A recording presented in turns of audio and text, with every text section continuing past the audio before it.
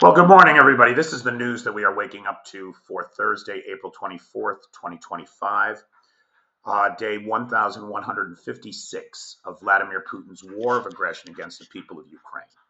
How do you do? I'm Peter Alexievich, and I'm here in Kyiv, where last night we saw what was one of the largest missile and drone attacks of the war.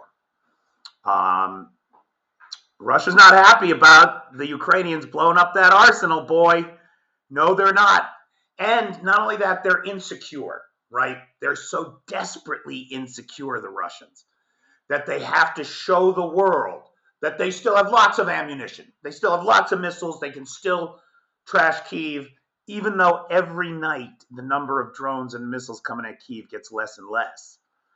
But after the arsenal went up, they had to show off a little bit. So 70 missiles, 37 X-101s alone, 70 missiles, 145 Shaheds.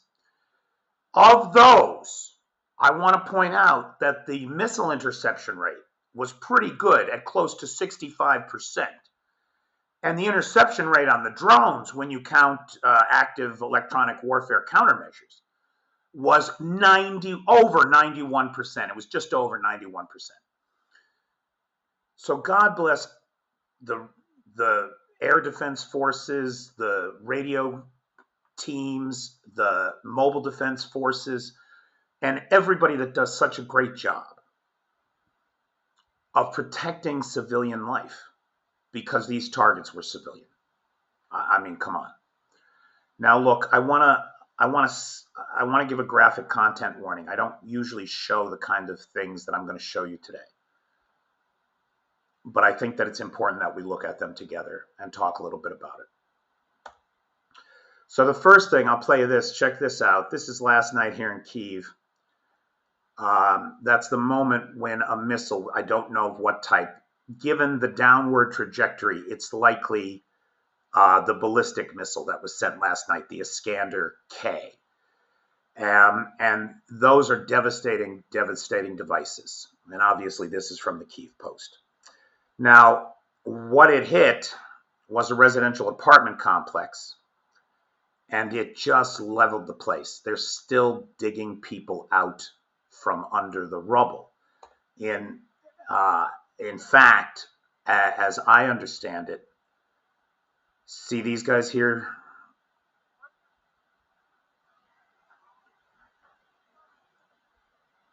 I mean, it's heartbreaking. And this went on all night. Nobody in town got any sleep last night. I'm exhausted. And everybody is. Everybody is. So you can see these first responders here working to try to dig people out of the rubble, doing a hell of a job in an extremely toxic environment. Jet fuel and rocket propellants are extremely toxic and hazardous and corrosive. And these guys are not in hazmat gear. Most of them, thank God, are wearing respirators. These guys here, as I understand it from the story that was attached to this picture, these guys were digging out a woman, and it might have been the same woman we saw coming out in the last video, that they were on the phone with. Calls from inside the debris, from inside of collapsed stairwells, people caught in their tubs. The tub is probably the safest place to be in your apartment. And a lot of people take refuge there. Like this woman who managed to crawl out despite her injuries. This guy, even though he was clearly just gotten out of bed, he's trying to pitch in and try to move the rubble, which is what happens here. If a rocket comes down in your neighborhood, everybody goes out there. Now the Russians are loading up the Shaheds with chemical weapons, with CS gas and other chemical irritants, so that a guy like that, who's in his bedroom slippers, comes out to try to give a hand, and maybe he doesn't even have an apartment left, everywhere that those corrosive agents go, he's going to suffer inflammation and skin irritation and blistering, etc. I am unaware that in last night's attacks, any of the Shaheds were loaded with cluster munitions, but that is happening across Ukraine. Certainly, Kharkiv is being pummeled by these Shaheds loaded with cluster munitions. The image of this woman struck me so profoundly.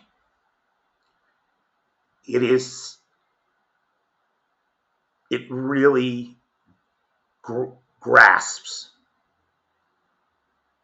with bleeding hands the horror and humanity of this situation.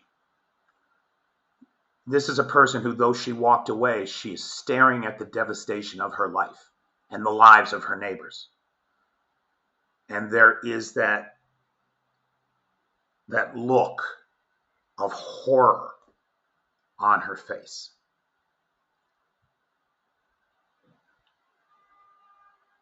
I've made my living my whole life on words, and I don't have the words for this. Guys are pulling somebody else out. Now, right now, the casualty count is 9 dead, 63 wounded in Kyiv, but that number's going to rise. There's going to be lots of guys like this that come out and don't make it. And of course, we don't know yet how many are trapped under the rubble.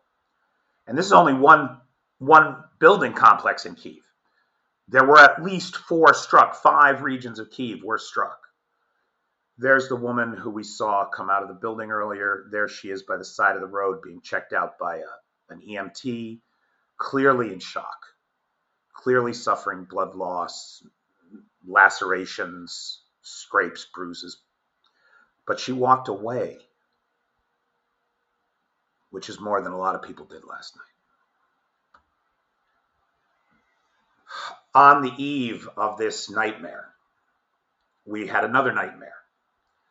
The body of Ukrainian journalist Victoria Roshchina, who was tortured to death in Russian captivity, was returned to Ukraine.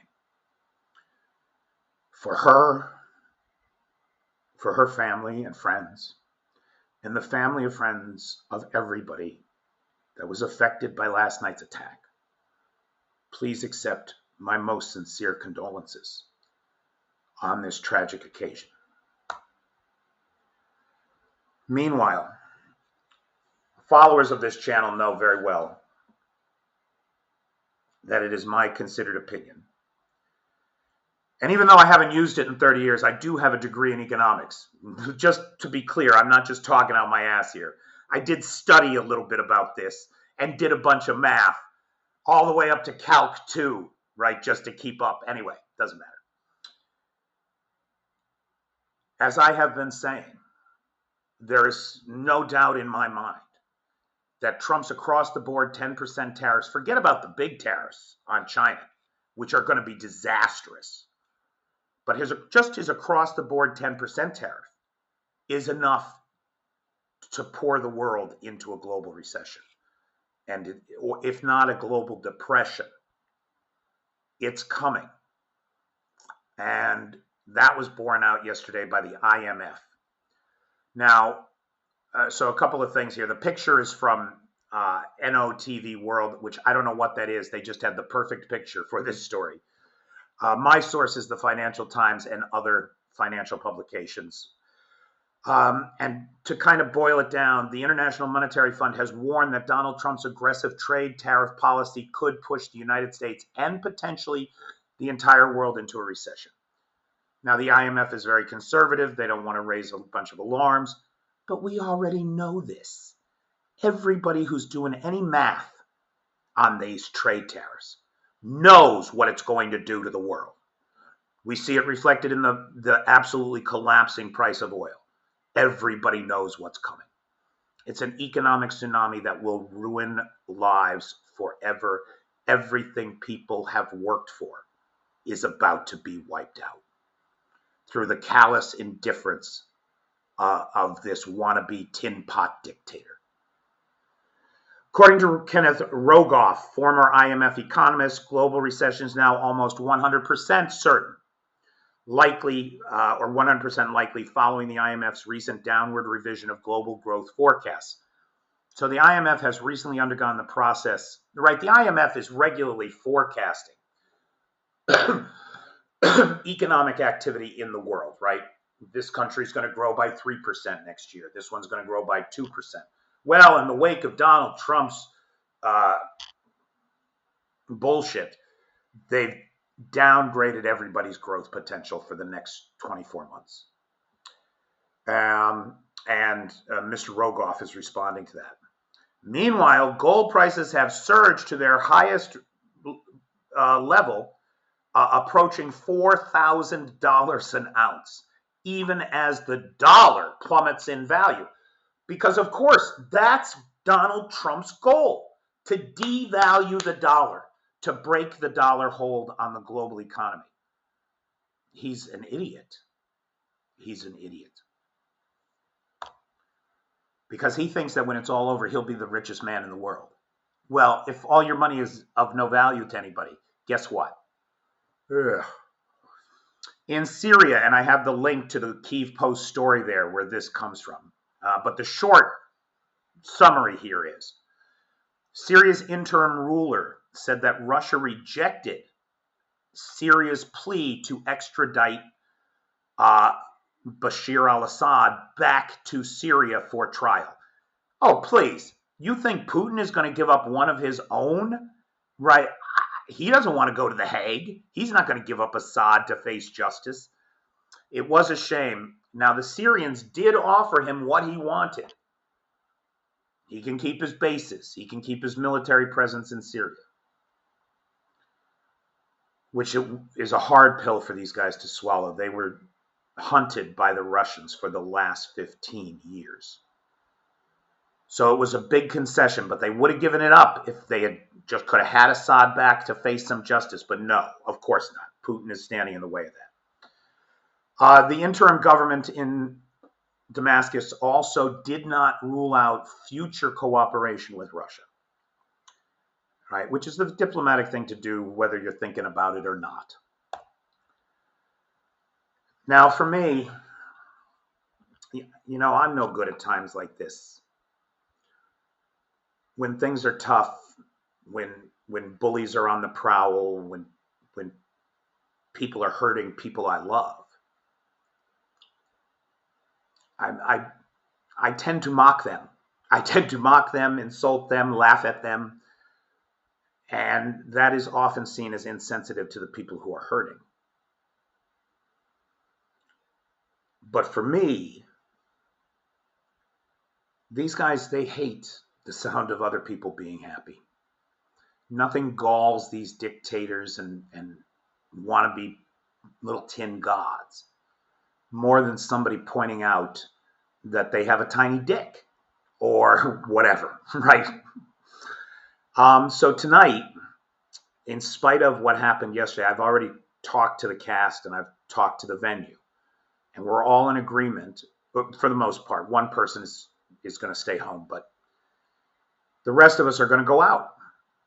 So if you're in Kyiv tonight, come over to the Dorothy Pub. We're going to have a show. Maybe I can even live stream it on the Tickety Talk. I'm not sure. This is the first time we're in this space. But that's at 7 o'clock local time. So maybe check and see if I'm streaming at about noon Eastern. That would be, about noon Eastern, about 9 a.m. Pacific time. That'd be about 5 p.m. London time. And we'll see. But I'm happy that the cast, for the most part, is coming out tonight.